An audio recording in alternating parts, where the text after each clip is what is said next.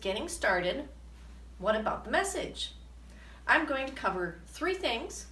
We're going to talk about the images that you need to select out of Sketch by Step and learn how to draw, the house for your message, the framework or blueprint that you're going to use to organize your images as you present, and then the last part, my favorite, it's like chocolate chip cookies on a plate.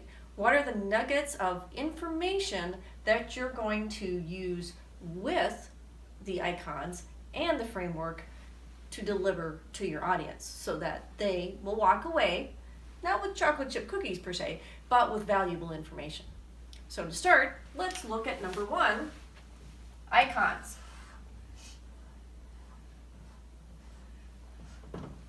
And for the icons are simply a very simplified silhouette or a picture that people can easily recognize. And we've loaded those up in basics with faces, icons that you would see on a computer screen, perhaps as part of an application's interface to tap the button to do something, and other basic geometric shapes. And you can make your own. You can make your own icons to represent things. So the first piece is look at your message and find out what images you want to include in your presentation. And then you can go practice those before your meeting using Sketch by Step so they're fresh in your mind. So the first one, icons.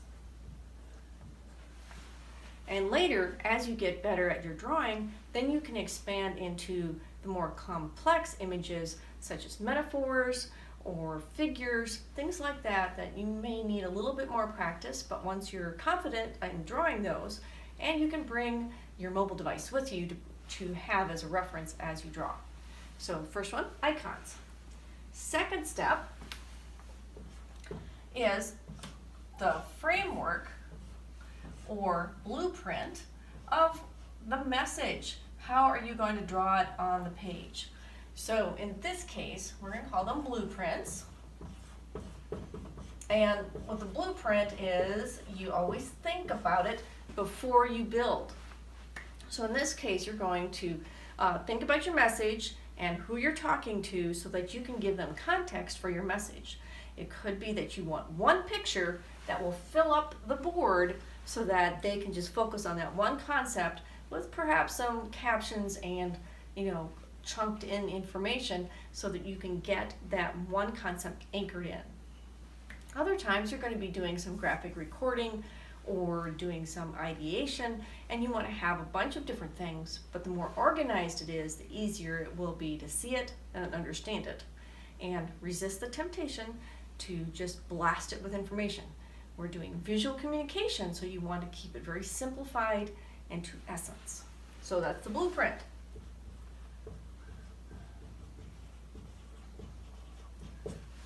And again, blueprints are an organization. So when you look those up, you'll see a blueprint and it will be more of a layout design, an empty grid that you will fill. So third one is all about, I would call those cookies of information. Now, not to be confused with internet cookies, even though those are little bits of information too. These cookies are your nuggets of information.